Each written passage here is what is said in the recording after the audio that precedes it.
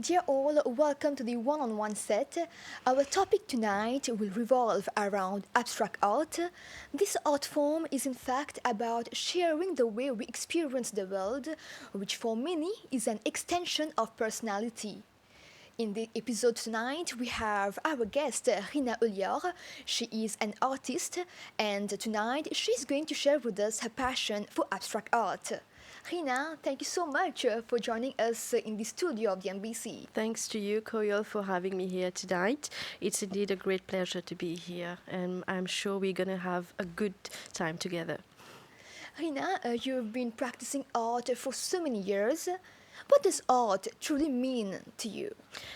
For me, art has been a special kind of energy where I can actually express myself. I can extend one hand into the universe and the other hand into the world.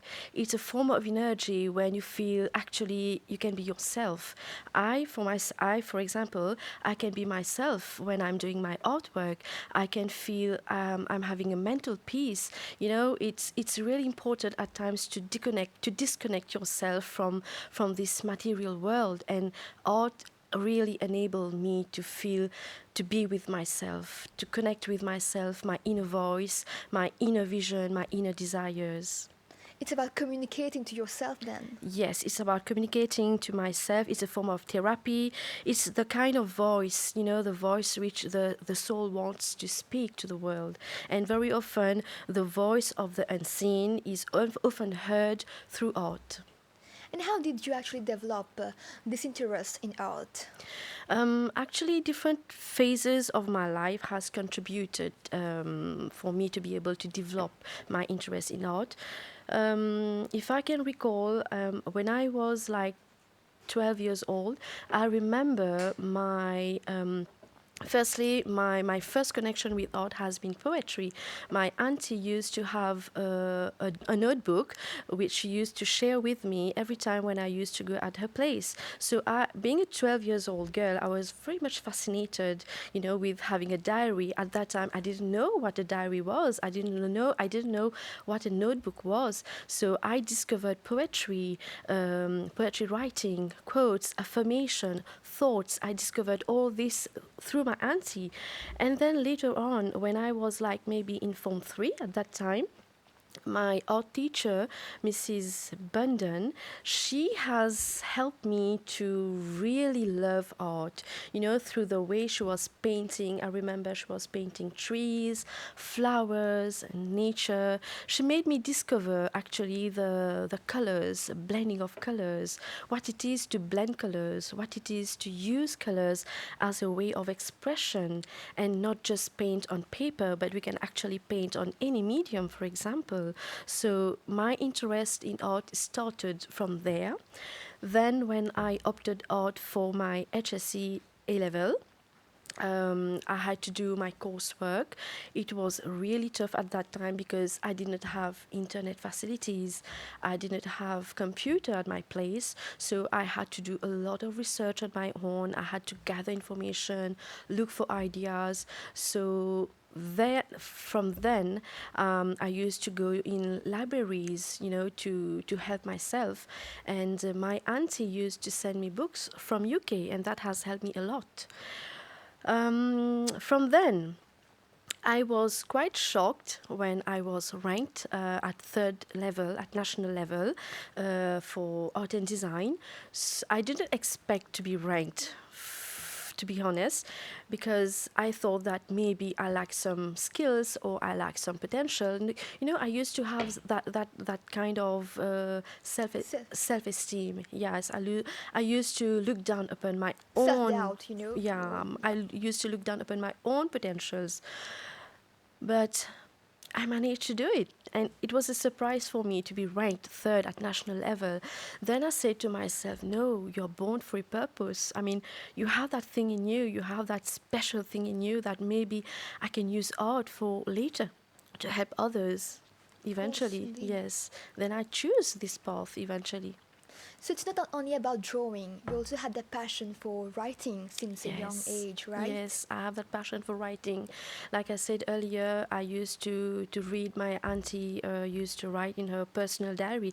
I mean, it's not easy to share a personal diary with someone, and I was quite. I feel blessed for having had that opportunity. My auntie used to share it with me, so from then I discovered the love for writing. So every time I used to feel down or when I was having dark thoughts, first thing that came to my mind at that time was to write down what I was feeling or how I was feeling.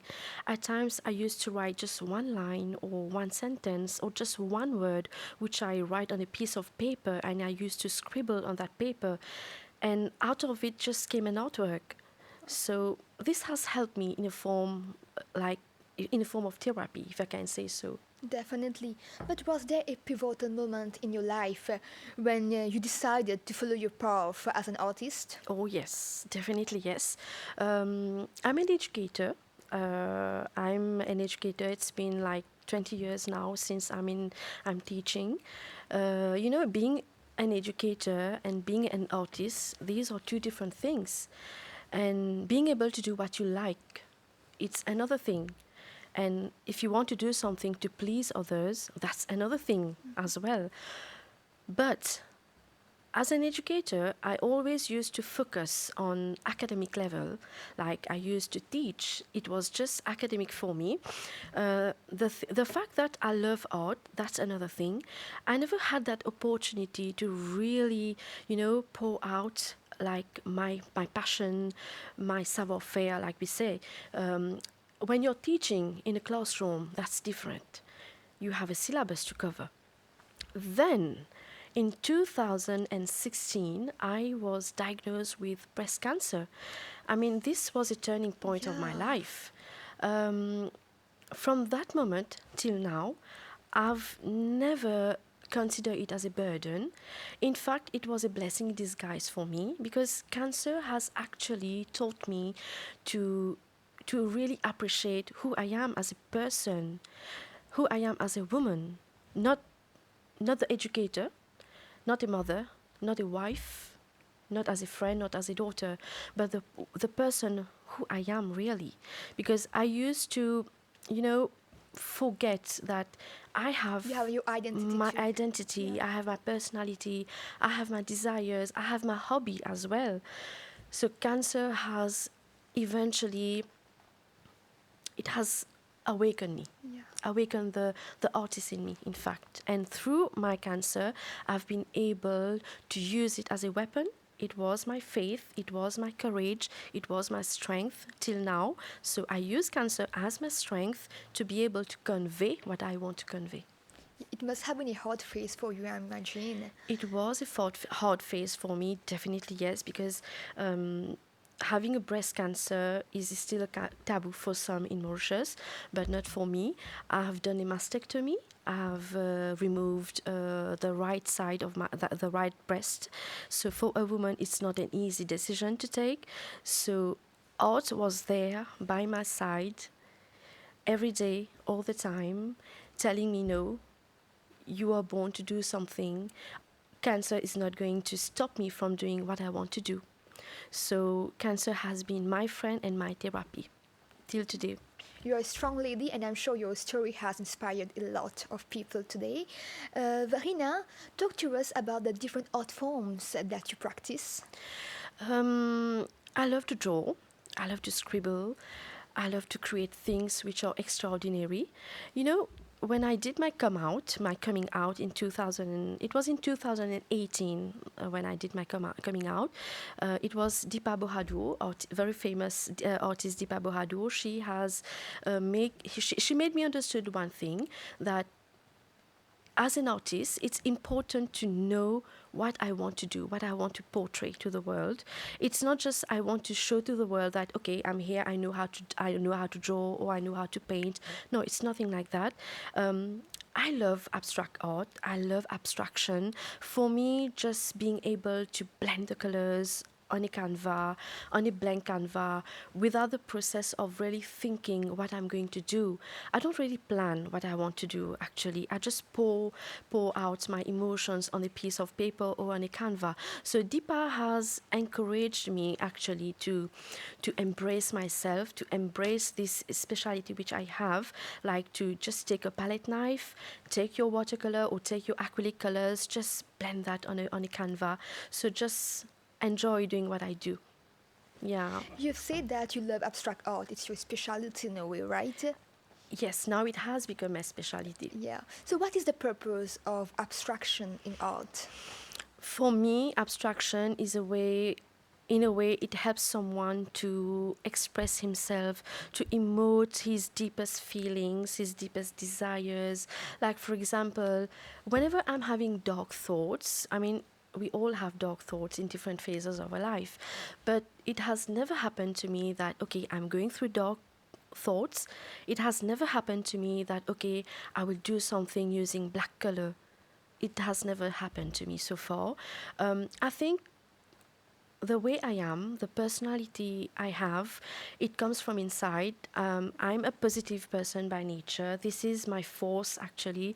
So even if I'm going through a dark phase of my life, I will still use yellow, You choose green, to focus on the brighter white. side I choose to always. focus on the bright side because for me, at the end of the day, it's hope over despair. Wow. Yes, it's light over darkness because it is that special light that gives us the force to continue, to move on in life. And I don't like to focus on the problems or on the bad phases of our life. I love to focus on the bright side of it because I believe that everything that happens to us, I mean, there's a reason for that, Of behind course. that. I mean, I take it like a lesson, a blessing in disguise, if I may say so. Yeah. We Yeah. should always be optimistic Yes. And that is what I want to portray in your through my art. artwork. Yes. Yes. So, abstract art is not only about telling a story, but also encouraging imagination and experiences, right? Yes. So, what are the elements of abstract art? Or do we have different forms of abstract art? We have various forms of abstract art, but for me personally, as an artist, to be able to do my artwork, I love to feel freed. I'm freed from criticism, I'm freed from judgmental mentality. You know, in art, we have to accept any form of critical appreciation, we call it. But through abstraction art, I tend to let go. I tend to follow the flow, like we Yeah. say. No expectation, No, nothing. yes, no expectations. Yes, we have the basic element of art, we have the basic principle of design, which we have to follow. But at the end of the day, I just follow the flow. I just follow my inspiration, my muse, my inner voice. And do you have a specific creative process to create an artwork? We do have specific creative process, but I don't know why for me, I never focus on that creative process. You know, the creative process, it involves inspiration. The technicality side, it involves inspiration, gathering of information. You have to do a whole lot of research. You develop your ideas. You know, it takes time, all this process. And for me, what matters most is the thought process in which I'm dealing with. So, if I'm dealing with a special kind of thoughts process, I have to research. It's on my mind going on what I want to show to the world. For example, if I want to show something using yellow and white, it can be in abstract or it can be in semi-abstract. I can later on choose to add an element like a bird into it, or I can add an element like a fish or just a landscape. You know, it has a creative process, it has a research behind it, but it does not happen just within days or within weeks. It can take time, and the creative process differs for different for For different every artists, for for different artworks, yes, right? it differs. Different artists, different artworks, different creative process. You've mentioned also that you like poetry writing. Yes, a Do you lot. feel that poetry writing somehow helps you in your creative process for creating an artwork? Poetry, I have a What is the love. relationship between, your passion for writing and painting? I have a love for poetry. It's a different kind of love for poetry. If you ask me to choose between poetry and painting, I will not be able to choose because they complement each other. I can't choose between these two. Poetry helps us to write down what we are feeling. We write down our emotions, just like when we are painting. We can share things. At times, you can say things which not necessarily is true, or people. No need for people to know that what you're writing is true or not. So whenever we write things, it can be for yourself or it can be a message to the world. Like, so we just feel free through writing. I love that. And as an artist, through the power of your words, through the power of your drawing, do you feel that you have the ability to somehow influence the reality through your artworks, through your poetry? Definitely yes. Definitely yes. You know, people look up to you. When I started my poetry writing, I started to share my poetry on Instagram, for example. There was a time when people used to send me messages. People around the world used to send me messages. They used to tell me that they feel a sense of therapeutic through my writing, through my words. At time when I used to write, when I write something, for example, you know, I'm in a special kind of phase or a trance, if we may say so. um, I just pour out, and then people come to me say that, you know, whatever you have write down, I feel that you have written it for me. So I believe that when I'm writing something, it's a call from the universe. Yeah. I feel blessed to be able to write, to deliver something which maybe the angels want me to deliver to others. You know, I believe in energy, I believe Yeah. in universe, I believe in the power of Yes. angels. So when I write, I don't focus on the fact that what will people think about what I'm writing. I only write down what I feel is right. Yes. It's about, again, your inner voice. Yes. Yes. You are an educator, so what are the aspects in an artwork you believe makes it more fascinating to a viewer? Um, I think it's going to be different for everyone. It's Very not going to be. It's subjective. subjective. It's not going to be the same for every person. You know, for instance, if I have a special love for abstraction, maybe some viewers will not like abstraction. Maybe they will love to see more of still life composition, observational drawing, or they want to see a landscape, for example, or maybe they want to see a sculpture, for example. You know, so different people has their own way or their perception, and we have to accept it. And have you actually participated in any competition or exhibition? Share that experience with us. Not in competition exactly, but yes, exhibition. Like I said earlier, I've done my coming out. I think it was in 2017 or 18. I've done various art exhibition, not solo but in group, with famous artists Curtis Brown, with Dipa Borado, with the very famous Calm, you know them maybe, Cole Alil Maurice, the very famous Christopher Colin, Mayuri. We have done collective exhibitions so far. I haven't yet done my solo. These experiences are important, right? For Yes. artists to be able to be more creative and Yes. also to help each other grow. It helps each other grow. Not just for the fact that you want to be in the limelight. I don't want to be in the limelight. I want to grow. I want to evolve. I want to learn new things. I want to understand others as well. You know, it's that special bonding we share with each other, the Yeah. likings that we have, we share with each other, and how we support each other, we empower each other. This is what matters It's the very most for important in me. the community of Yes, it's artists. very important nowadays. Even in the writing community, it's very important that we support each other. Indeed. So, is there any recurrent theme that we can see in your artwork or even your poetry writing? Yes, I have noticed, I don't know if it happens to me naturally, I have noticed that I tend to use yellow and green, like I said.